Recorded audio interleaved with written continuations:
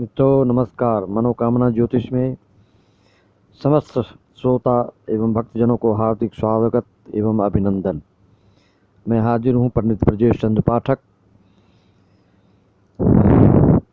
आपको विदित किया जाता है कि किसी प्रकार की शंका समाधान, कुंडली का फलादेश, कुंडली निर्माण, जन्म टिप्पणी आदि जो भी बनवाना हो आप हमारे नंबर पर संपर्क कर सकते हैं।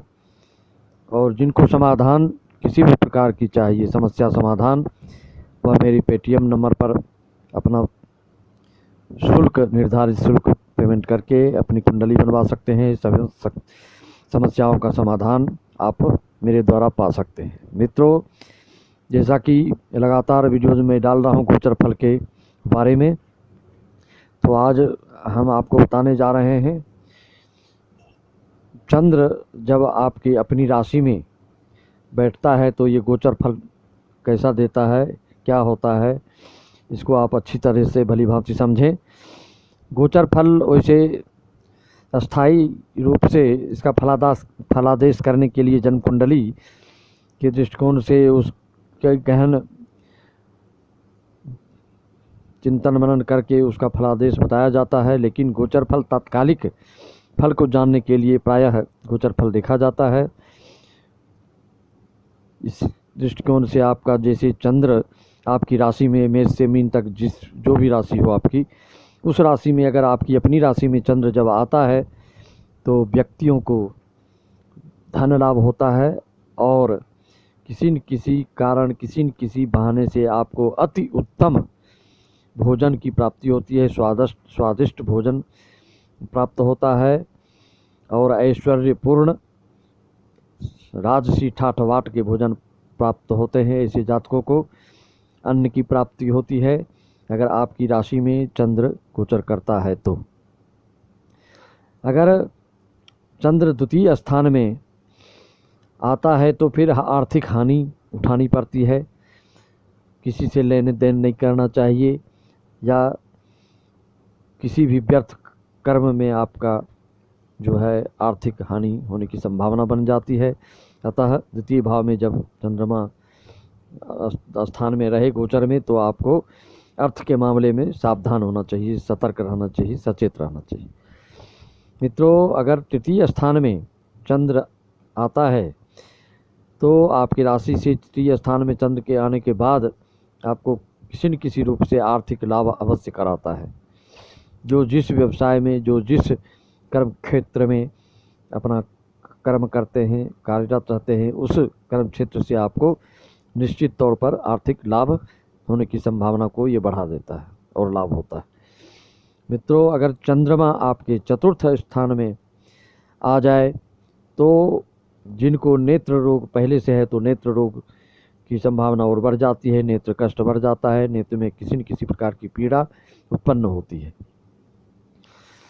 अगर चंद्र आपका पंचम स्थान में आ जाए तो जो भी कार्यक्रम आपका चल रहा होता है उसमें रुकावट की संभावना बनने लगती है, रुकावट आ जाती है। आंशिक रूप से किसी न किसी रूप में आपको रुकावट एहसास कराता है। मित्रों, अगर चंद्र आपके गोचर में षष्ठम स्थान में आता है तो ये धन लाभ कराता है। निश्चित तौर पर आपको कहीं न कहीं से किसी भी क्रियाकलाप से अगर धनार्जन आप करना चाह रहे हैं तो निश्चित तौर पर आपको धन लाभ होगा। मित्रों, अगर चंद्र आपके गोचर फल में सप्तम स्थान में आपकी राशि से है तो आपको जीवन साथी से धन लाभ, ससुराल पक्ष से धन लाभ, किसी न किसी रूप से ससुराल पक्ष से आपको लाभ अवश्य कराता है। अगर चंद्र आपका अष्टम स्थान में बैठ जाए तो ये अच्छा योग नहीं देता, मृत्यु तुल्य कष्ट उत्पन्न करता है या जलाघात भय देता है, जल से हानि होती है। चाहे आपके शारीरिक रूप से जल तत्व की वृद्धि हो जाए, सर्दी खांसी आदि की संभावना बनती है। तो अष्टम स्थान में अगर गोचर करे चंद्र तो उसके पहले ही आपको सावधान हो जाना चाहिए, खान पान पर और जल आदि से दूर रहना चाहिए ऐसे जातकों को, जिसके लिए चंद्र कष्टकारक है, अष्टम भाव में पहले से विदित है।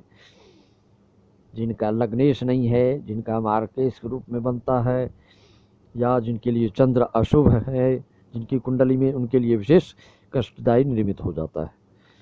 मित्रों, अगर चंद्र आपकी राशि से नवम भाव में बैठे तो राज्य से भय उत्पन्न कराता है। प्रशासनिक विभाग से अगर कुछ भी मुकदमा केस चल रहा हो तो उसमें भय उत्पन्न आपको कराएगा, या किसी न किसी रूप से आपको हानि करवाता है। किसी भी दृष्टिकोण से आप छोटी मोटी भी मिस्टेक करेंगे तो उसका परिणाम ज़्यादा भुगतना पड़ता है। अगर चंद्र आपका दशम स्थान में आता है तो ये मित्रों सबके लिए बहुत सुखद अनुभूति कराता है। राज्य से लाभ कराता है, सुख लाभ कराता है, धन ऐश्वर्य बढ़ाता है। दशम स्थान का चंद्र बहुत ही शुभकारी योग निर्मित करता है। इसमें बहुत जो भी कर्म कर रहे होते हैं आप उसको खूब जोर लगा के करना चाहिए, जिससे कि अधिकाधिक आपको लाभ हो सके। अगर चंद्र आपका गोचर फल में एकादश स्थान में बैठता है, लाभ भाव में बैठता है, तो आर्थिक लाभ बहुत ही बेहतरीन कराता है। बड़े बड़े लोगों को तो काफ़ी लाभ हो जाता है इन सब चीज़ों से। जो मजदूर वर्ग हैं उनको भी कुछ न कुछ आर्थिक लाभ अवश्य ये कराता है ऐसा चंद्र। 2 स्थान चंद्र का जो है बहुत दुखद अनुभव कराता है। अष्टम एवं द्वादश में, अगर गोचर में आपकी राशि से चंद्र अगर आपके द्वादश स्थान में आता है तो आपको शारीरिक रूप से हानि, धन हानि, नेत्र रोग से हानि, किसी न किसी रूप से कई दृष्टिकोण से ये आपको हानि कराता है मित्रों। तो ऐसे ऐसे स्थान में जब चंद्र आए, अगर आपका विशेष रूप से आपकी कुंडली में चंद्र अशुभ कार्य योग निर्मित कर रहा है तो ऐसे जातकों के लिए विधिवत चंद्र की शांति करानी चाहिए।